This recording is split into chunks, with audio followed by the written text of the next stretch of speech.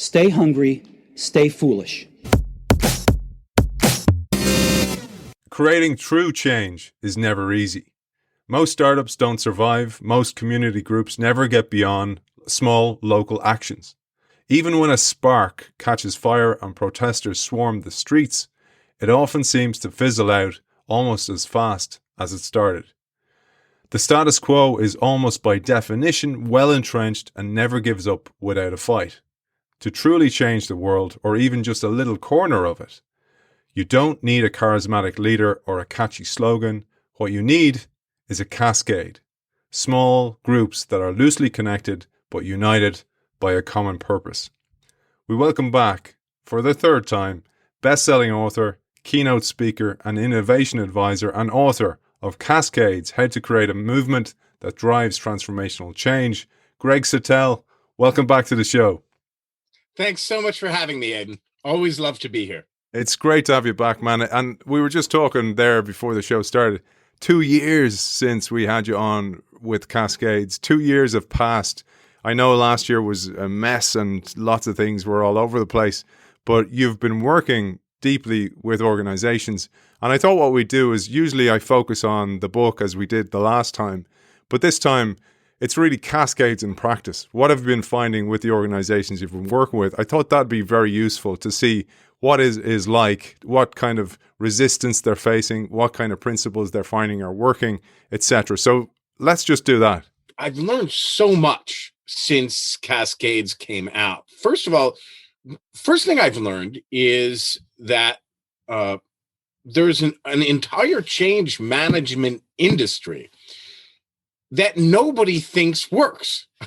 When you talk to anybody, everybody says it doesn't work. And the data that comes, McKinsey has a great study that shows about 3/4 of transformation efforts fail. And that's such an enormous problem.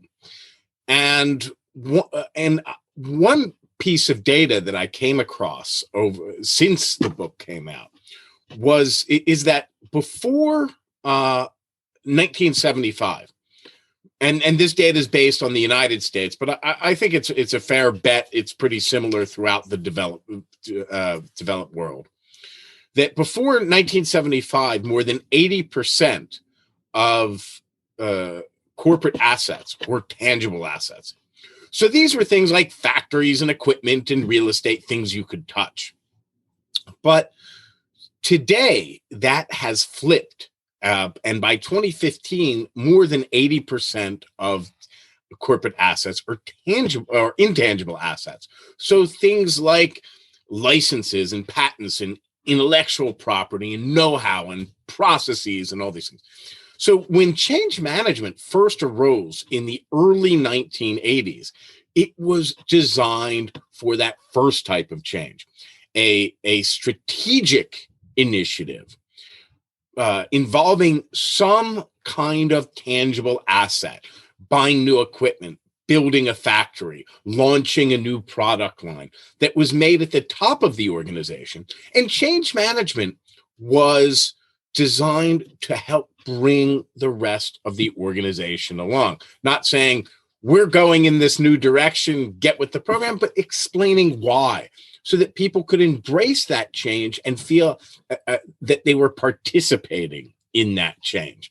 So there was all sorts of, traditional change management was mainly focused on communication, creating this sense of urgency about the change, hearing out people's objections and communicating why this change would be a good one, with the underlying assumption that once people understood the change, they would embrace it.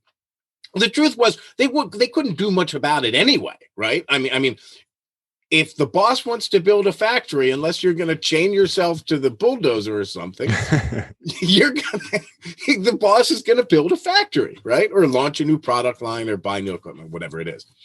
But today, when most of our assets are intangible assets, and the types of changes we talk about today are changes in behavior in our mental models, what we think, how we act. We have an enormous amount of ability to resist that, and often do. And one of the most fascinating things I found is the amount of resistance we're seeing to change initiatives within organizations. Things like agile, right? Agile development, or DEI, diversity, inclusion, equity initiatives, digital transformations, AI, automation, all of these things. We are seeing resistance that is no less passionate and no less staunch than we saw with social movements and political revolutions. People get so, and you would think, I mean, such deep seated, almost hatred. And what we found, and to be honest, I was really, because before, when I drove transformations, it was mostly, I was running the organization. So nobody would say it. I don't think, I'm sure it was there, but nobody would say it to me. And I was somewhat aware of it.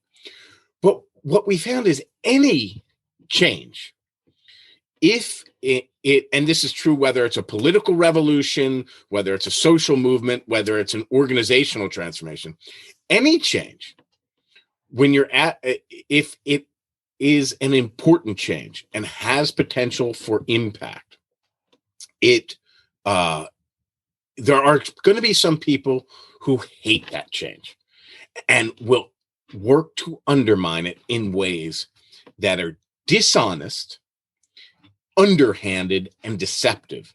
And that has to be your primary design constraint. And I'll tell you what, and let me ask you if this sounds familiar, because this is what we see time and time again. It's almost, you can almost set your watch by this pattern, right? So Aidan, tell me if you've ever seen this happen. So someone in the C-suite, the CEO or somebody at the very, very top of an organization, has an idea for a change initiative, right? Usually they appoint somebody outside, usually a high potential employee, someone on the rise, a real up and comer, to lead this change initiative. Now, of course, that person sees this as a real, this could be a real boost to their career. And they take it on. They're given a budget. They're given executive sponsorship, and they're told that they have the full backing of the board and they should go full steam ahead. What they don't know is that there's 12 people behind them saying, that poor bastard. And within 6 months, usually within 6 months, they began to realize that they are being undermined in ways that are truly deceptive and dishonest. And their initiative, which they had thought was supposed to be full speed ahead, is now bogged down. And that rock solid executive sponsorship has begun to dissipate. And this bright-eyed, boy or girl is now not so bright-eyed anymore. And the sort of bloom is off the rose. And that, mentor or that executive sponsor who was egging them on is now not so sure about them, and they're in real trouble. What was supposed to be a boon to their career now has the potential to kill it. Unfortunately, that's when they come to us. And that's and we have and I'll be honest, we can't save all of them, right? Some we do, and I would say most we do, but some at that point are too far gone. So it would be nice. I'm smiling. I'm smiling because you basically described a couple of the careers I've had.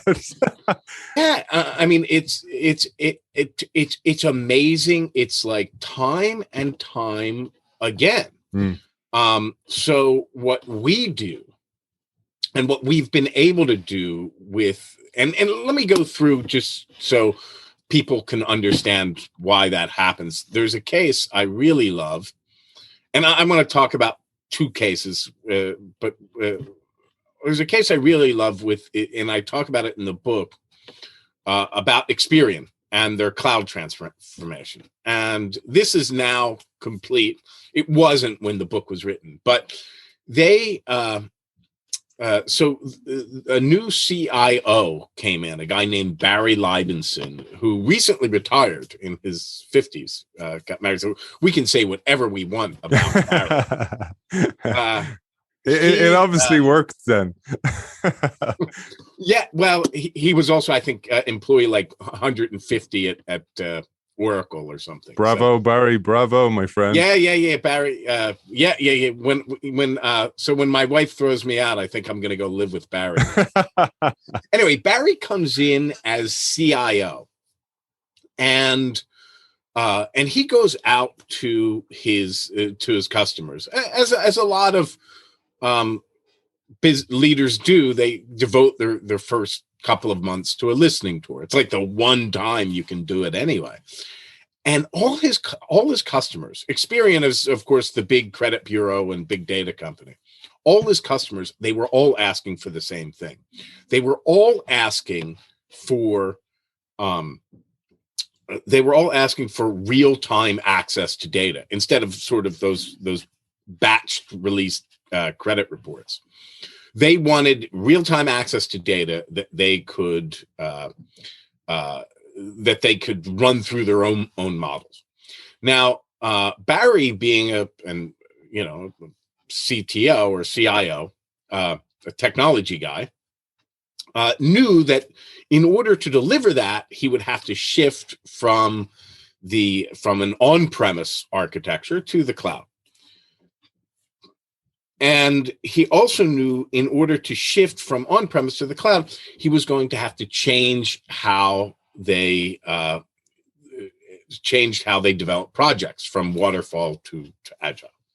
Okay, good enough. He's got his plan. But Barry, like you and I, is sort of, got some war wounds. So he knew that he couldn't, even as CIO, and this is really, really important. This is a mark of a great leader. He knew he could not just issue a mandate because what looked like, a pretty straightforward business transformation. Okay, switch from batch to real-time access to data. Seems, change your customer offer, switch your business model. Was actually three transformations on top of each other. You had the business transformation, which the customers were asking for. You had the technology transformation, which was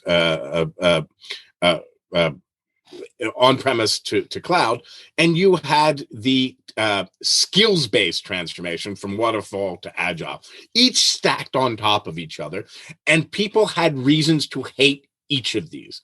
For the business transformation, people were worried that they would lose control of their business model. Not an unreasonable concern. Experian made a lot of money for a lot of years. Switching that business model made people nervous. For the technology transformation, people were worried about cybersecurity. Again, not an unreasonable concern, especially since while they were undergoing this transformation, one of their key competitors, Equifax, had a massive data breach, one of the biggest of the decade. And for the skills-based transformation, people would say that, I know my job. I've been, I take pride in my job, and I think I do a good job. And I don't like being told, now you're telling me to do it a completely different way that I don't agree with. So there was no shortage of ways this could go sideways, but because he treated it like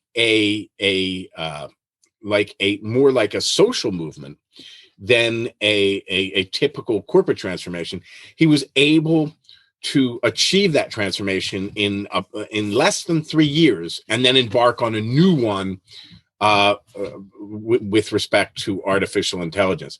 I would like to tell you another quick case, just really quickly, that wasn't included in the book. And that's because it didn't exist. There was three guys, unlike Barry, these were sort of middle managers at Procter and Gamble in the research organization, who thought, Procter and Gamble is an, old org. It's been around for well over 100 years. So they've accumulated all these processes, a lot of which are very inefficient. For instance, at like a loading dock, they'll still be using paper.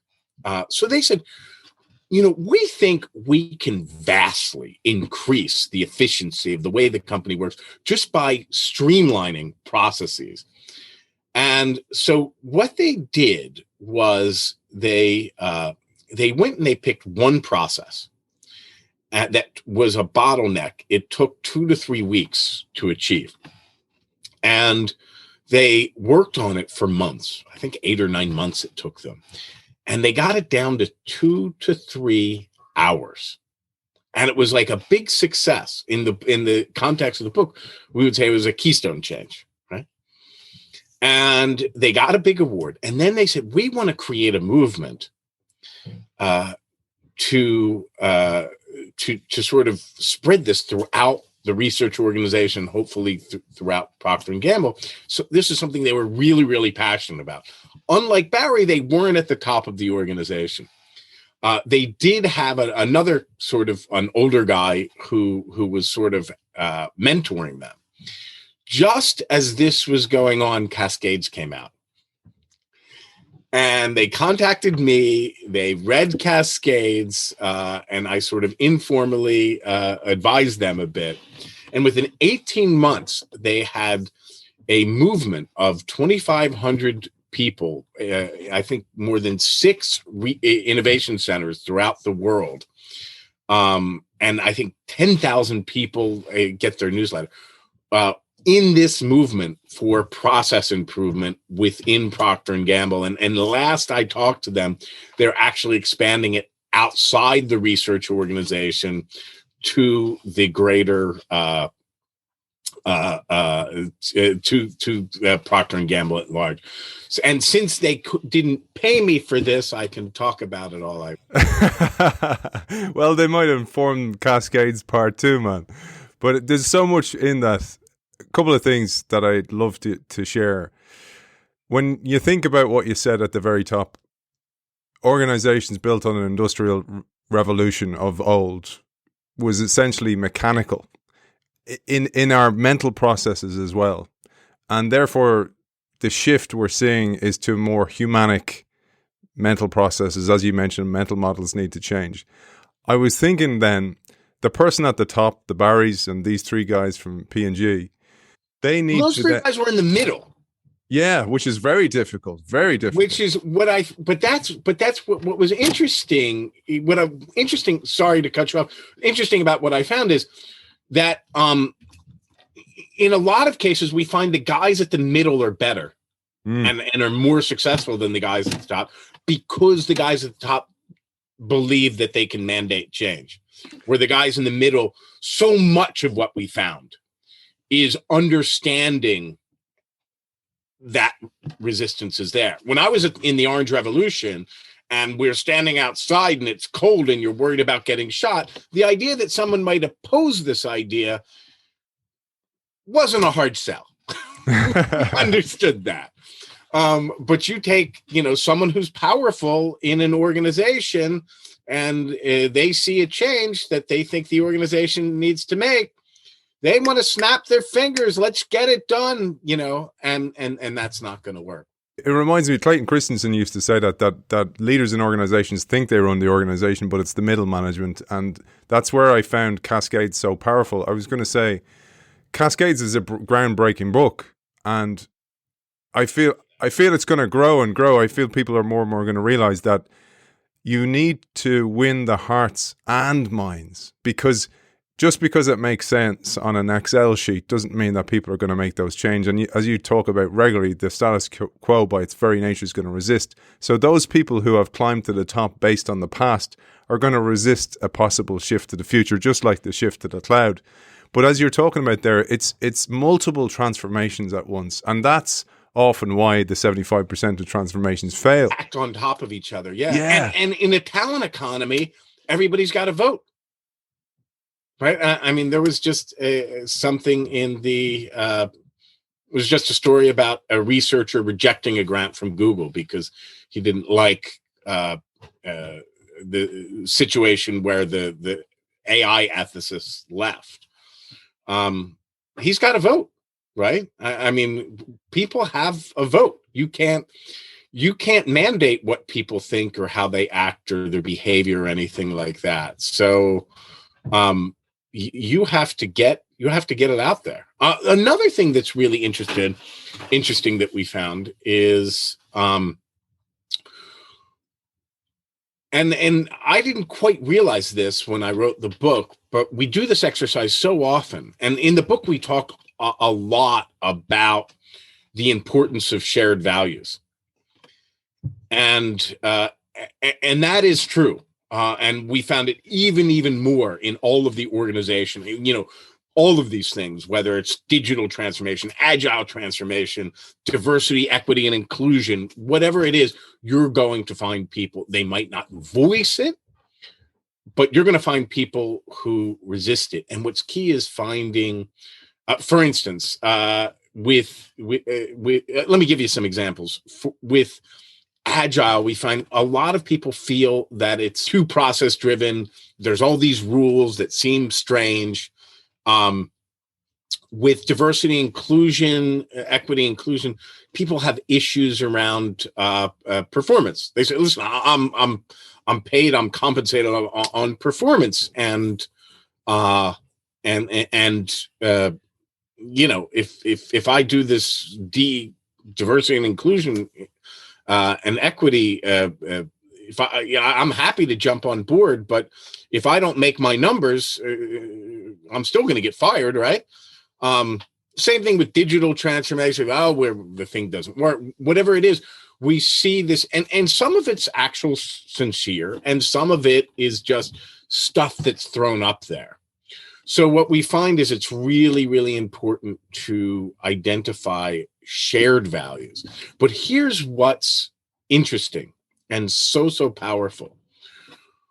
What we found, and I didn't realize this while I was writing the book, but I've come to really realize this in the work that we've been doing. The best way to identify those shared values is by listening to your opposition. So what we say is, "Oh, you don't understand. People are really against this." We say, "Okay, what do they say?" Right? So with agile transformation, when people say, they say, "Oh, well, they don't like all the rules and stuff like this." So we say, "Okay, we really need to focus on this human-centered aspects of it."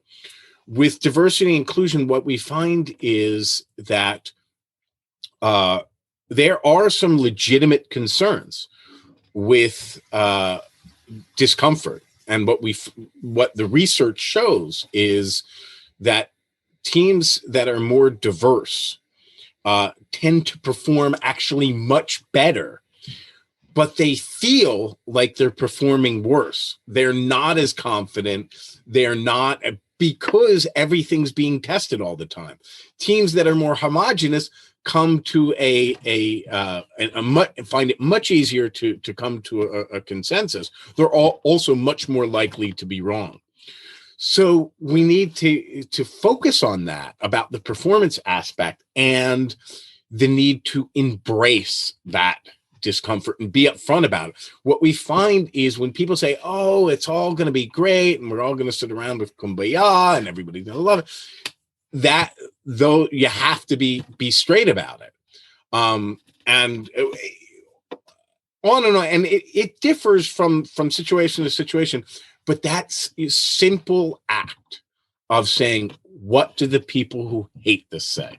Yeah. And turning that around, very much my favorite example of this is the LGBTQ movement, which for decades was getting hammered every time they every time they made any kind of advancement. They'd get hammered politically with family values and defense of marriage and all this stuff. And how did they win? We want the same things you want. We want to raise happy families. We want to live in committed relationships. So by understanding those, listening, not engaging, because that's not going to be an honest engagement. You don't want to engage with people who hate your idea. It's not a good use of your time, but listening to them and then thinking about what shared value are they giving voice to, because they're trying to convince a lot of the same people you are. And that is so powerful. It brings to mind, I was mentioning about the humanics, essentially the human skills, and we hear a lot about this more than ever before. And I don't think the dots have been connected. Why? And this is what I felt with your journey. So Mapping Innovation, brilliant bestseller, flying still off the shelves, the virtual shelves now. And then Cascades has been a slower burn, but that reflects the industry, that it's easier to do the mechanical change, but the social movement change takes longer, and the world's almost catching up to those. And that's why we hear the need for these storytelling skills, vision articulation, teamwork, collaboration. That's why they're so important now. That's why you see them in all the articles everywhere. You write about them regularly. That's why, because they're the environment in which the mechanical change can thrive. We also have to show that this change can work, which is the whole idea behind the Keystone change. Another thing we find that's very persuasive, we tell people, and when I go out and I talk to transformation and change professionals, I hear this all the time. People say, oh, I went and I got them excited about the change, and then it kind of fizzled out. And I always say, look, the operative word is you got them excited about the change, meaning they weren't excited about the change already. You have to start, you always have to stay within a majority. So in the beginning, that might be 3 people in a room of 5. You can always expand a majority out. And you'll have to be careful that while you're in this majority, it doesn't become an echo chamber, that you're listening to people on the outside and you're aware of them. And but you need to start with that small group. You need to start with a keystone change that actually shows, for instance, with Barry Leibinson at Experian, he didn't just jump to the cloud. He started with internal APIs, which were much, much lower risk, right? Because they weren't, you're not opening your IT system out to the world. And that he also created something, and this is what we call a co-optable resource. He created something called the API Center of Excellence. So he said to people who were already enthusiastic about this change, he wasn't convincing anybody, right? But people who are already enthusiastic about this change, that we are going to give you help for free to achieve what you want to achieve, which was, these were people who were enthusiastic about creating cloud-based products. So those people, he didn't start by convincing people. If you're gonna base your transformation on your ability to convince people, anybody who's ever been married or had kids knows how difficult it can be to convince even a single person. But I'm sure if you're out with your wife, and I know your wife always agrees with you, but let's imagine no friction, you have a disagreement at some point. But imagine you're out with a group of 8 people, and your wife is the only one that doesn't agree with you. I wouldn't guarantee it, but I say your chances are much, much better than if it's just you and her, right?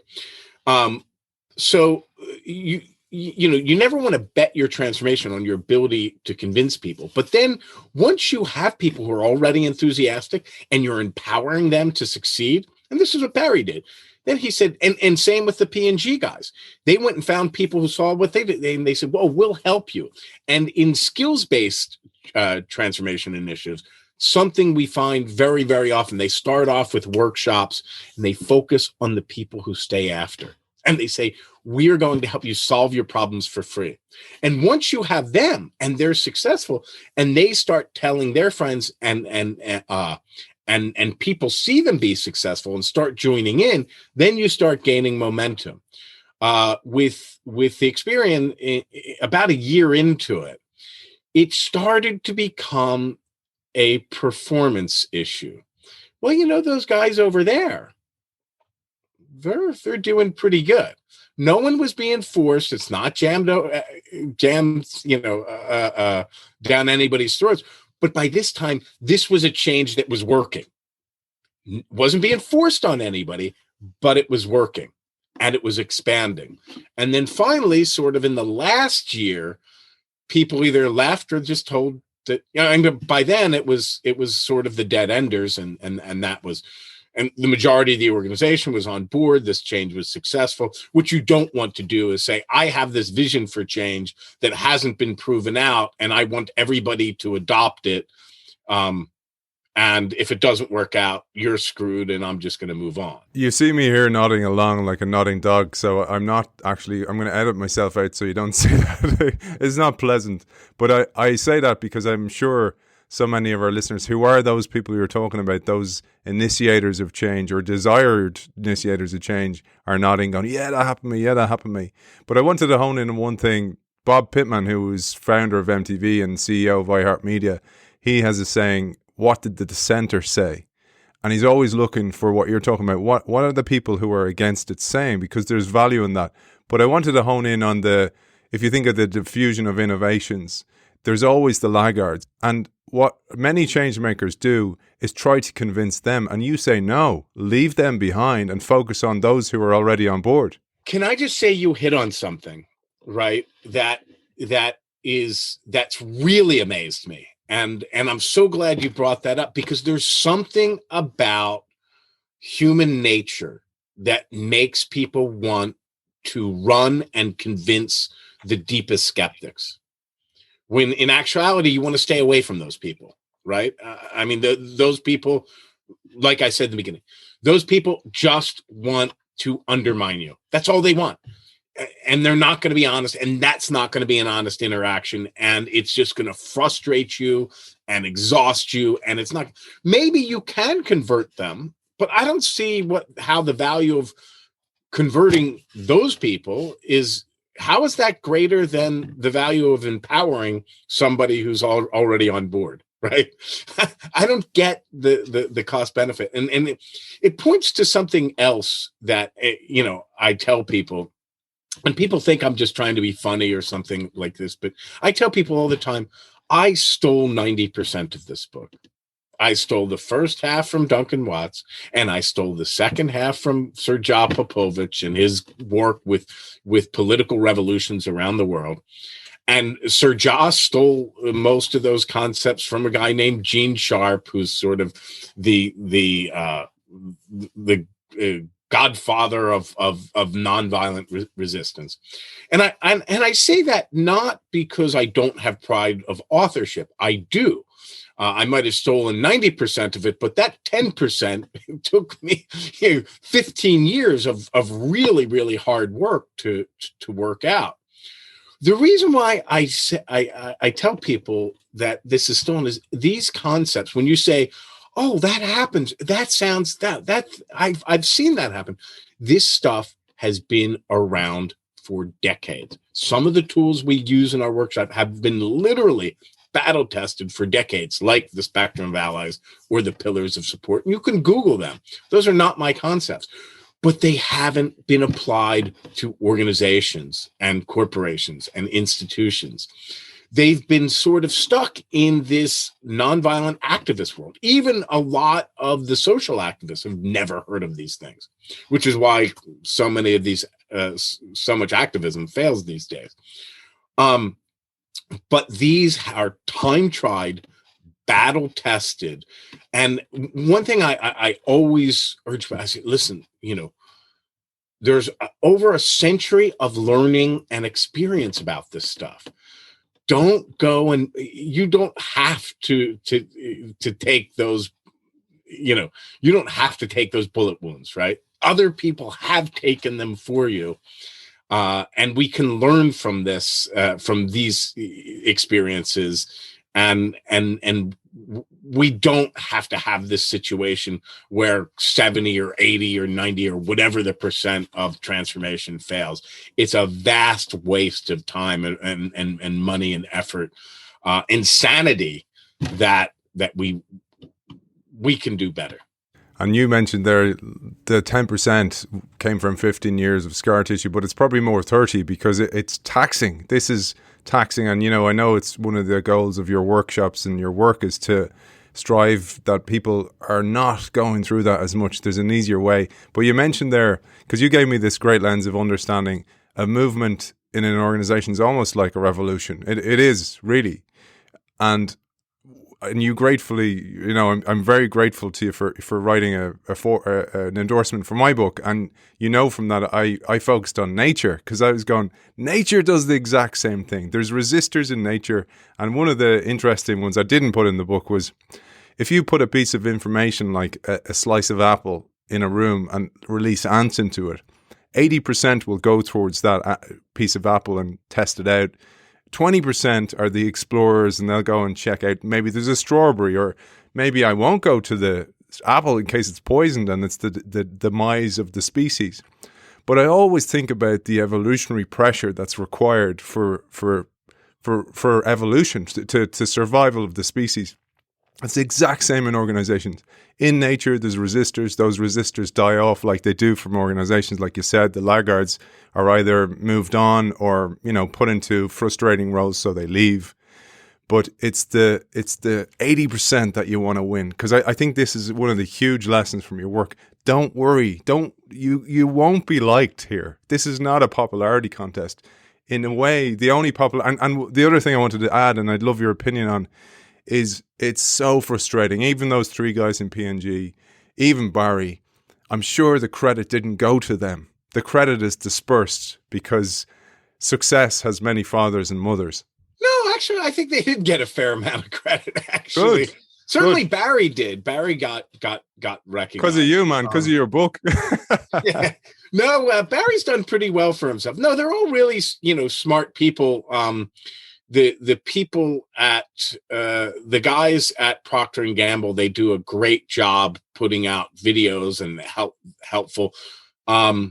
One interesting thing, there was a concept for the book. So the guys at Procter & Gamble, they went through our online workshop where we had a public online workshop. And there's this one concept we use that doesn't apply in all cases. Sometimes it does, sometimes it doesn't. And we call it laddering up from a network to an ecosystem. And the example we gave was the civil rights movement, where everybody, you say civil rights movement, everybody thinks about Martin Luther King, right? It's the first thing that comes to mind. But he was actually one of what they called the big six of civil rights.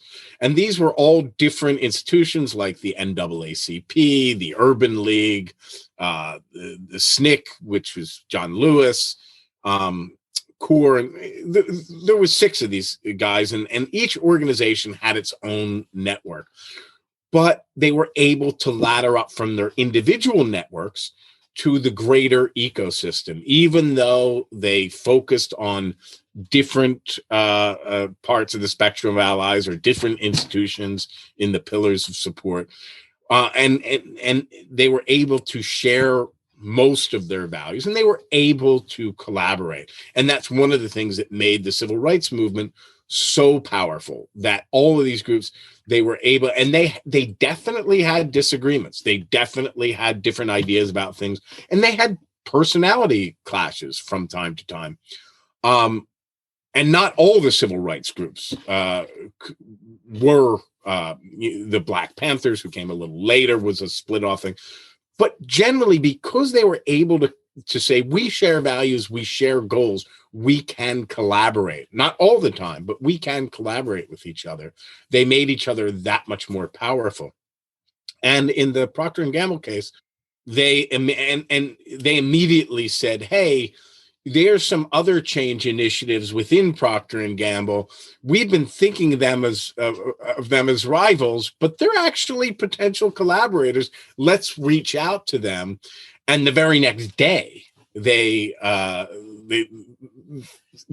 right after the session, they sent out an email, and within 24 hours, they had meetings with other initiatives that have become real allies and have strengthened their movement. One of the great lessons I learned from you, we were messing on LinkedIn during the week where one of your HBO articles, the editor picked birds on a wire, and you were like, what the hell does that mean? And I always try and wear a pin that reflects some way the show. And I was looking for one. I don't have one of a bird. I was going to wear it to frustrate you. But I found this one, and it's pretty much a network is what I was thinking of. And one of the most valuable pieces I took from Cascades, a mental model I took, is you mentioned Stanley McChrystal, and you mentioned it takes a network to defeat a network. And I think that's so often overlooked by the change maker or the head of innovation or the head of L&D, whoever's in charge of change, that they try and do it themselves, or they try and do it in a linear fashion. And you need to connect the nodes of the network. That's the key. That's what I learned from your work. The other important thing is that it is it's nonlinear, right?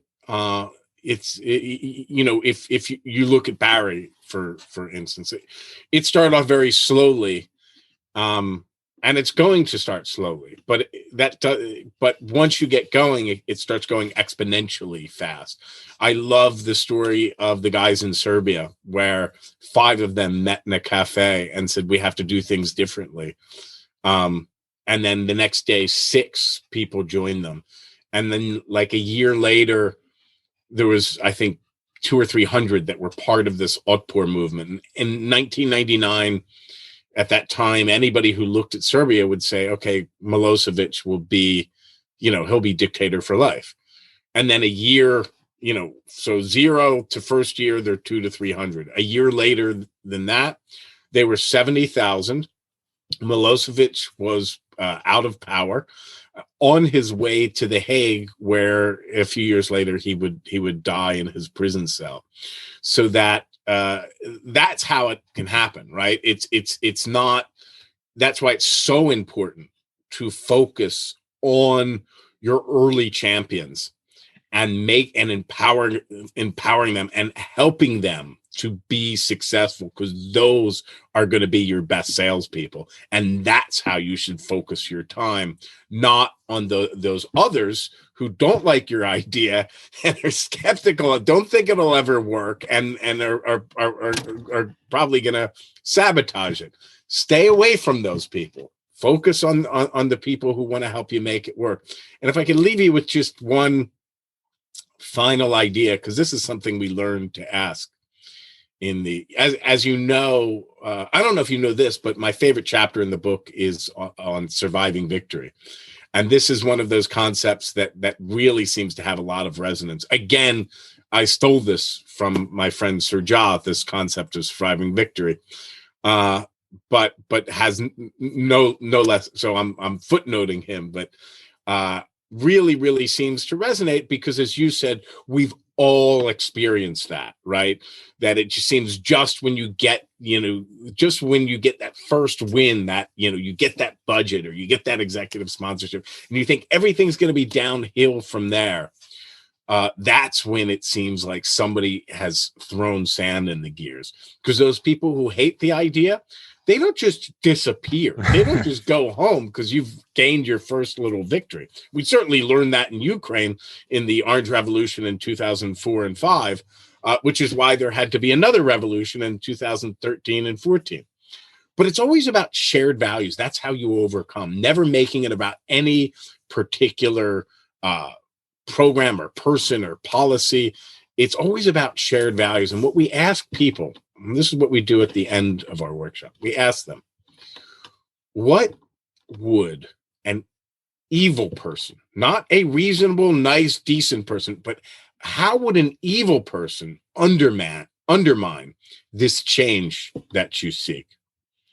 And once you start thinking about that, and it's funny because the reaction people get, they say, no, they wouldn't. Well, maybe they would.